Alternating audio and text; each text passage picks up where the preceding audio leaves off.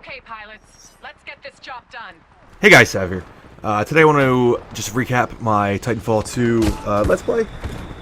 I know it wasn't a superly overly watched Let's Play. I hope that if you did watch it, you enjoyed it. I enjoyed playing it. I enjoyed the campaign a lot. Today I'm playing a little multiplayer, and I'm very bad at it. I have certainly lost most, if not all, of my first-person shooter skills. You can even call it that if I ever had any to begin with. And yeah, so this video was the best I had out of about 5 or 6 attempts. It doesn't start off well.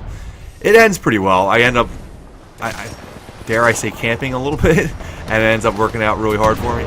So enjoy that in the background as you listen to me jibber jabber here. Titanfall 2, I think, for the money that I spent on it, at the very least, is very much worth the value. If you're looking for a good first-person shooter with a very solid multiplayer, with a campaign, with a good campaign, Titanfall 2 is the game for you. The campaign, there was a lot of good with the campaign. There was a little bad with the campaign. And really, let's just get the bad out of the way. To me, the main issue I have with the Titanfall 2 campaign is just the length. I thought it was really short. 9 chapters, really 8 chapters, because one of the chapters is actually the tutorial, which is why there was some confusion in my videos. The first, I intended on being 9 videos, and then this video. It ended up being 8 videos in this video. Because I didn't realize that the tutorial, which is chapter 1, and chapter 2, which I thought was chapter 1, was actually chapter 1 and 2, and not just all chapter 1, or a tutorial in chapter 1. So that was a little disappointing. And then again, there was 8 chapters and 8 other chapters, and yeah, they were definitely very good. Again, it was just short. I think the entire gameplay is, I think my entire video series is about 4.5, 5 hours long, which is short for any single player campaign. Fortunately, or unfortunately, maybe for some, Titanfall 2 is not just a single player game. It has more than just the campaign. It has a full-fledged online multiplayer, which is actually very, very good. But that's not really what we're here to talk about today. But as far as value for your money, for this $60 that most people are going to spend on this, $30 like me if you got it on sale, it is worth the money. Absolutely, I think it is, especially if you were going to play the multiplayer. But we're here today really to talk more about the campaign and what I thought about the campaign. So the campaign was short. Did I get my money's worth? For $30, yes. For $60, no. $30 is what I spent. So, but it is a $60 title. So if you're not buying it on sale, and you're alone going to play the campaign, I would definitely wait for it to go on sale again. It is worth every penny on sale. It is not really worth every penny at full price. So let's actually talk about the campaign and the different stages of the campaign here. So chapter 1 I kind of already hinted at. Chapters 1 and 2. Chapter 1 is the tutorial. So it's disappointing for it to be the first chapter. Chapter 2 is when you're actually thrown into the action. Your, I guess, mentor dies, if you can even call him a mentor, because he wasn't really around long enough to be a mentor, but maybe he's a mentor beforehand. I don't know. The guy who's training you to become a pilot dies, and you take over.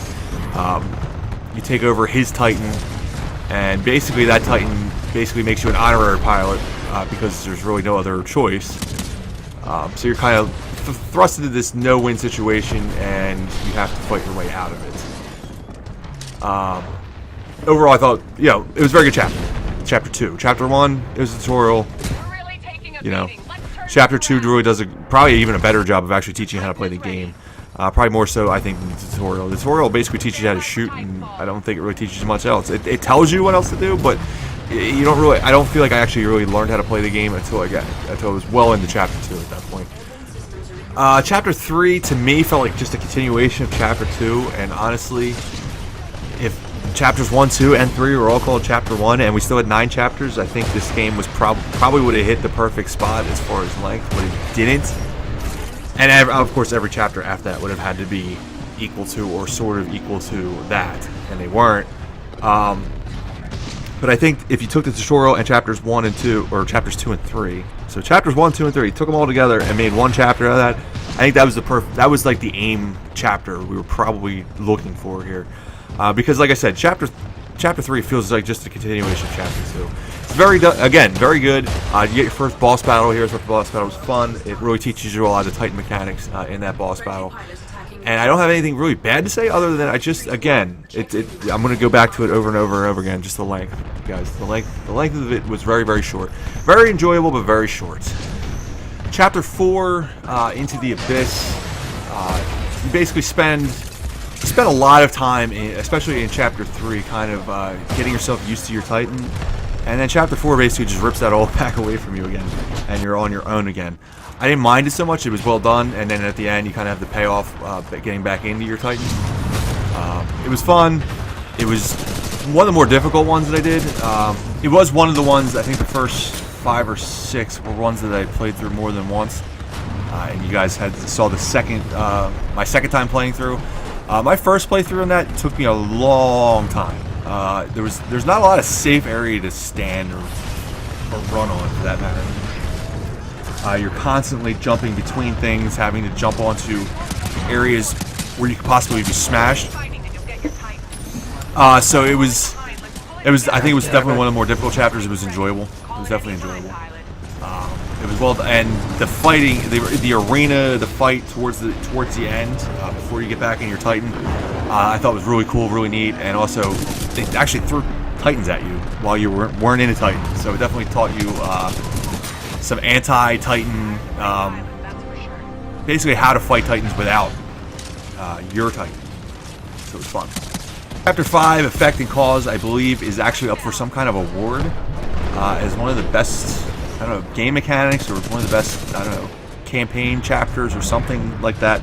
I thought it was really awesome. It was fun, going back and forth between the two time instances. Definitely worth playing. That chapter alone, probably, in my opinion, might have made the whole campaign worth playing. It was a lot of fun. It was borderline spooky, borderline scary at times, and I really enjoyed that chapter. It was very good. Chapter 6, The Beacon.